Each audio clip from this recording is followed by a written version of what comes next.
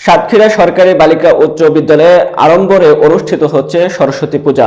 সোমবার সকালে সাতক্ষীরা সরকারি বালিকা উচ্চ বিদ্যালয়ে প্রাঙ্গণে পূজা মণ্ডপের সামনে ভিড় জমাতে থাকেন শিক্ষক, শিক্ষিকা, শিক্ষার্থী সহ নানা শ্রেণী পেশার মানুষ।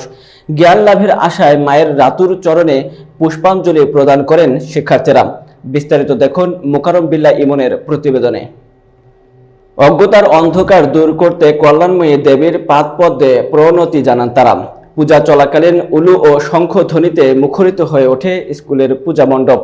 এ সময় উপস্থিত ছিলেন সাতক্ষীরা সরকারি বালিকা উচ্চ বিদ্যালয়ের প্রধান শিক্ষক মোহাম্মদ আনিসুর রহমান, সাতক্ষীরা সরকারি বালিকা উচ্চ বিদ্যালয়ের সরস্বতী পূজা উদযাপন কমিটির আহ্বায়ক দীপা সিন্ধু তরফদার, সিনিয়র শিক্ষক বিবেকানন্দ কবিরাজ, সিনিয়র শিক্ষক হারাধন কুমার আইস, সহকারী শিক্ষক তুষার কান্তি দাস, পল্লব মণ্ডল, সৌমিত্র কুমার মণ্ডল, নীলিমা ঘোষ, শিউলি দাস সহ আরো অনেকে। পরে স্কুলের শিক্ষার্থীরা নিয়ে চিত্র অঙ্কন, গীতাপাঠ প্রতিযোগিতা অনুষ্ঠিত হয়।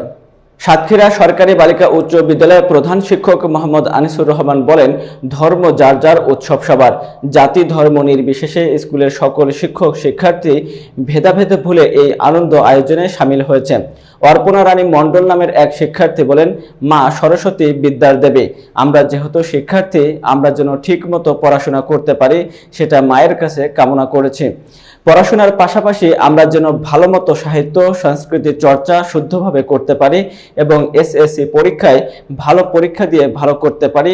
মা আমাদের সেই আশীর্বাদ করুক, এই কামনা করেছি।